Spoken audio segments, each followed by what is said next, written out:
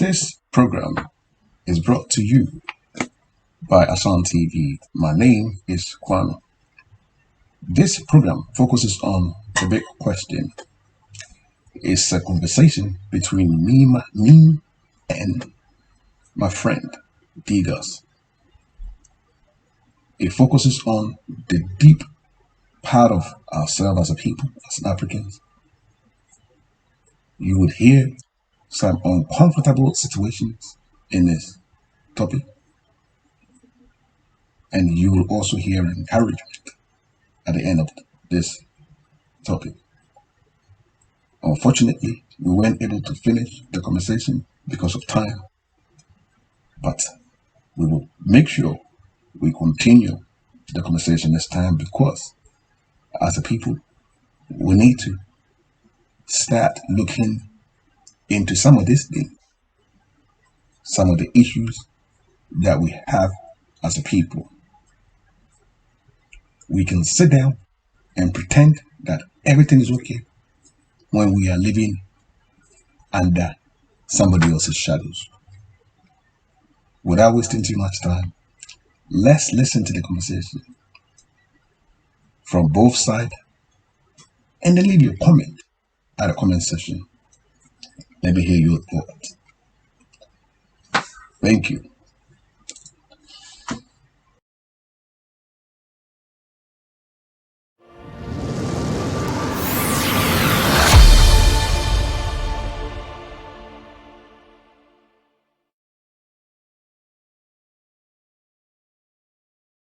And you are listening to Asan TV. Kindly subscribe to my YouTube channel if you haven't already. Asan. Today, I'm actually here with a good friend, Digas. We are coming to talk on a subject that we've actually entitled it The big question. The Big Question. The Big Question. So basically, it's going to be just a conversation. I mean, me and my friend, most of the time we meet and it's more like debate. It's not like it's a healthy debate where we're trying to find out what is wrong with Africans, because David, I think I think the excuses, everybody's tired of the excuses. We have to look at what the core root and problem is. And I was telling Kwame today that not only the self-love situation, if you look at the situation, David, I think this is just pause it for now. Yeah, I just want to ask you a few questions, and of course we can just go and then continue the show. All right. So, David, I think people want to know a bit about you. I don't know, just brief stuff, short stuff about yourself, and then of course, I mean, yeah. okay, I grew up here in London, and I had the opportunity to go to Ghana in my teenage years, and I stayed there for 6 years in and out. So I know the system there, and I know the system here. Right. So you were born in England, in UK, and at what age did you went to Ghana? 18, 19.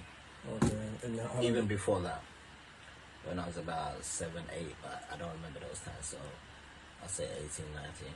So 18, 19, you went to Ghana. So, yeah. So what was your experience? What was your experience at that age, 18 years old, being in England for quite a while, and all of a sudden, deciding to go to Ghana? It was a culture shock. Okay. The roads, the weather, the people, the infrastructure. Obviously, you can't compare Europe infrastructure to Africa Europe infrastructure. So it was a culture shock. But I managed to mingle with the people and understand what's going on in society. And I realized that the benefits that we get over here are not the benefits they get over there. Right. So the benefits that you get over here in UK, yeah, it's not the same benefit that the people in Ghana get. Well, there's no benefits they get. They don't get any benefits from the government. Why do you think that is, though? That's a good question. I think the reason why that is, I mean, now they've got free education. and they had free NHS as well, What they have. National Health Services. I think they still do, Okay. but it only covers some certain amount of drugs, Right. paracetamols and maybe things like that, or it doesn't cover a wide spectrum of medications and operations. Like over here, Mm-hmm. everything is free. If you're sick, if you have an operation, Mm-hmm. if you have cancer, Mm-hmm. if you're going to give birth, everything is free here if you're a British citizen. And over there, it's not. Also, if you are looking for a place to stay, accommodation, and you're a woman, you have a child, government will provide something for you over here in the UK. In UK, yeah. In Africa, they won't. You'd have to go and stay with your family somewhere, if you have a family, that is. Or if not, you'd be homeless. Everything is free in the UK. Everything is almost free in the UK. Well, everything is free. If you don't work, the government will still give you money every month to survive. So everything is free in the UK. But so your experience in Ghana is you realize that you won't get that benefit. Is that why you? You won't get it anywhere. So I knew that the system is much more harder over there as opposed to here. Right. So the system in Ghana is hard. It's more than hard. It's more than hard. So can you tell me some of your experience that you went through in Ghana? Well, for example, when my child was born in Ghana, and my child was going to be 1 year old, I was arranging a birthday party, and somebody told me that why am I celebrating a child's birthday on 1? And I said, because that's what we do here in Europe. It's normal. He said, at least wait until the child is 5, because you don't know, the child might not make it. So that's when I realized that infant mortality rate is high.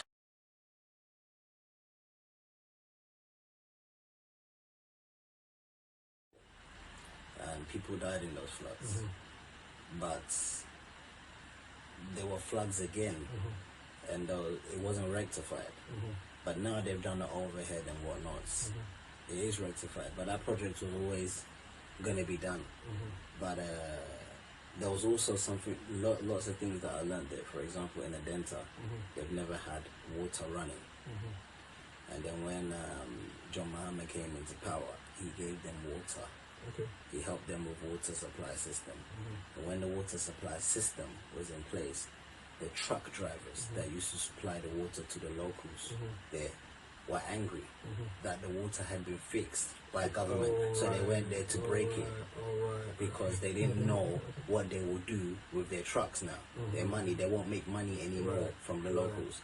And this is the mentality that has nothing to do with white people. Right. This is just a mentality that I will never blame anybody. Especially for me as I'm sitting here, I will never blame the white man. I will never also blame the black man. But I think in order for because we're talking about this because we want solutions. We want to see where we are and we want to try to find out our solution.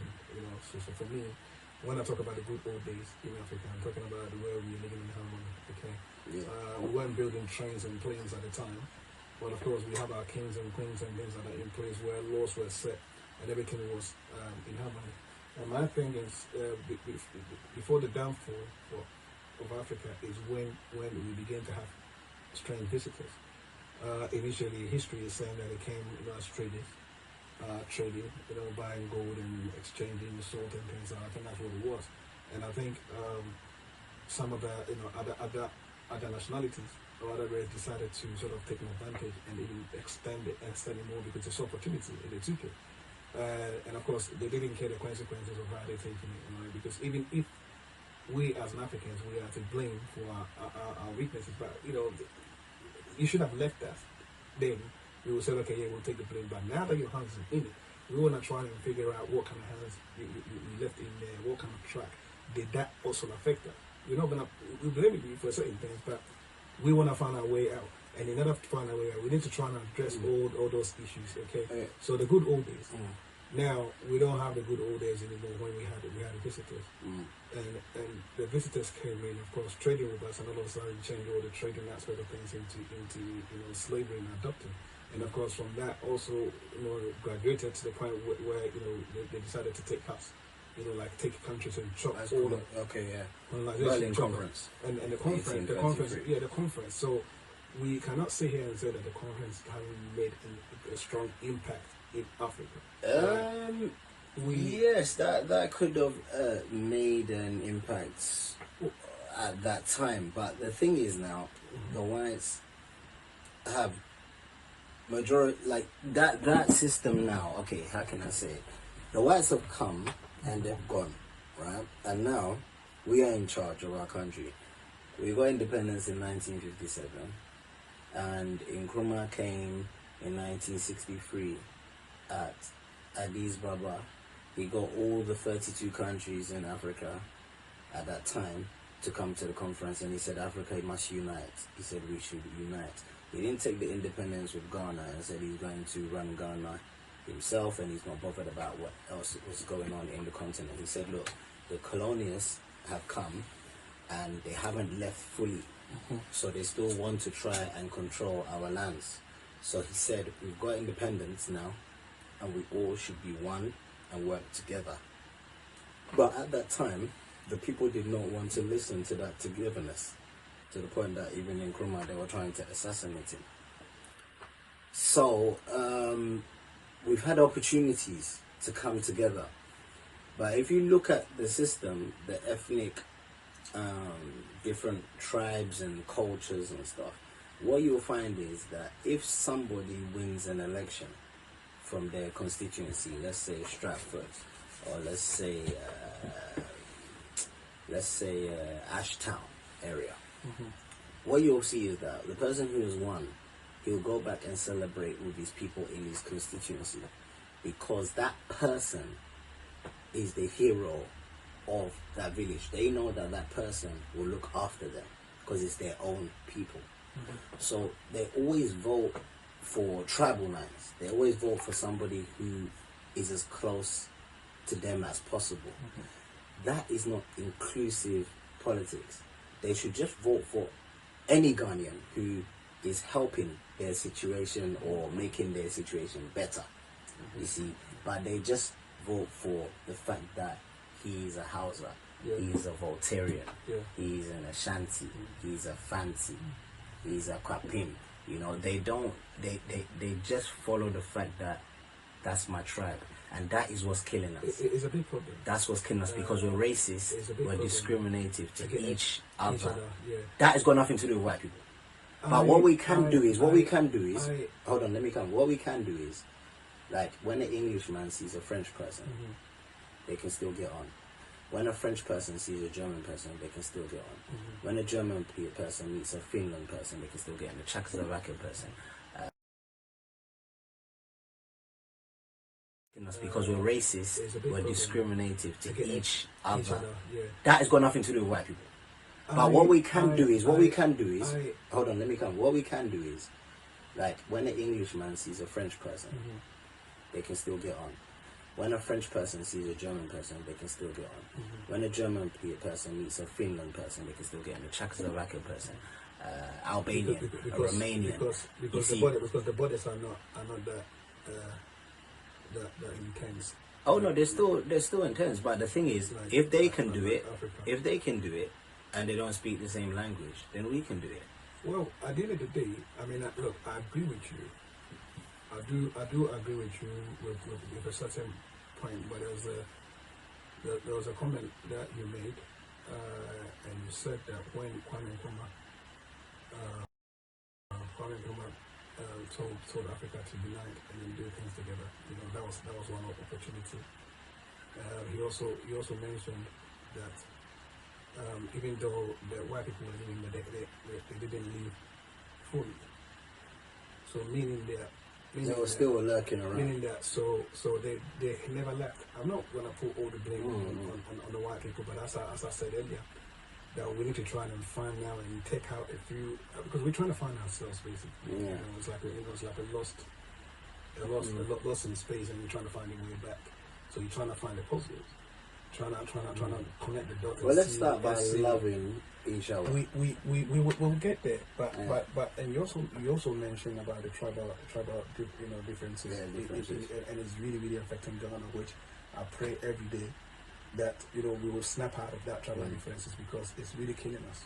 Mm. So I agree with you, but see, we have the tribal differences and as a problem to deal with as Africans, and now the Berlin Conference also came along, okay, and also made it a bit more worse now, in a sense where, as you know, England took over Ghana and took over Nigeria, French took over other African countries in the spirit among us. So basically, they were teaching us their way of life, in a sense. The issue is when you're not living in your own shadows, when you're not wearing your own shoes, and you're living in somebody else's shadows. That is where the problem is, because you're living in somebody else's shadows. So until we come back and try to find a dot and we start living in our own shadows, we'll still come back to what Kwame Nkrumah said about togetherness. Because so yes, we have issues, and of course we know that most of the issues is poverty. In the past, China, UK, as we talked about, they were living in a certain kind of because there were no resources of anything. So right now, even though we have all the natural resources, our hands is not, we're not in control of our education system, we're not in control of our own natural resources in a way. So let's say we don't have anything else. So we're also trying to find out the pieces. But it's just a matter of us recognizing where we are, and then trying to find a way out and find out the problems that we think is a cause. For me, I've been raised as a Christian, of course. I should know. And of course, I've been preached about preached the gospel. I've gone to church before, but I see that there are certain things that is actually holding us as a hook, and it's really making us not to focus and to know who we really are. And of course, some of them is Christianity, as I've mentioned, because we have different denominations of Christianity. We have the tribal problems already. We have the Berlin separation already, and now we have the religion issue also in place, where we have Pentecost, Presby, Anglican, SDA. So we've been bombarded with other stuff also that I feel like we need to. It's like a worth looking at. Other countries as well. Worth looking at those things. Other countries as well. They have different religions as well. Like here in UK, we have different religions. We seem to get on well here also. But what I would say is that, like I said, if we concentrate on just trying to better ourselves, that will be easier. So, for example, we have so many churches, and if you look at it, you don't need to go to church Monday, Wednesday, Friday, Saturday, Sunday. I mean, if you go twice a week, that's fine. But if you have a situation where the road is damaged to get to the church, why don't the people in the congregation or the people that control the money say, look, let's put some money together for 6 months and we'll fix the road in front of the church, or let's open up a care home for the homeless. I mean, the Roman Catholic Church is what I've seen in Ghana. They do they build a church and they build a school next to it. But even them, they charge people to go to the school, which they have to pay the workers, so I guess that's reasonable. But I just don't see enough giving back, enough support mechanisms, and I just wonder that why are we not helping each other? You could see somebody, they build a nice house, that road has lovely houses on that road.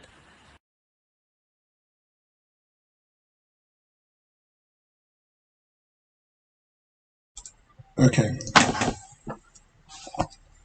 It's unfortunate that the conversation had to cut short because of time. My name is Kwame Yeboah, and you have been listening to Ashan TV. The conversation we had was about me and my friend Gigas, and I think his last point that I never got a chance to counter was how Africans, we are not helping each other out in a certain areas. I will not counter because he's not here right now with the debate, so we've decided to come back again and continue this show, this conversation. We want to try and find solution for Africa, or we want to be a part of solution in Africa as well. We address our social life, as an Africans. We also address we address some of the important issues that concerns us as a people, actually, because it looks like we have a lot of work to do, and there's no time. There's no time, so we start now. Until next time, thank you for taking the time to listen, and do not forget also to subscribe to my YouTube channel. Don't forget also to click on the bell so every time I bring up something, you will not miss it at all. You have listening to Kwame, your boy. Thank you.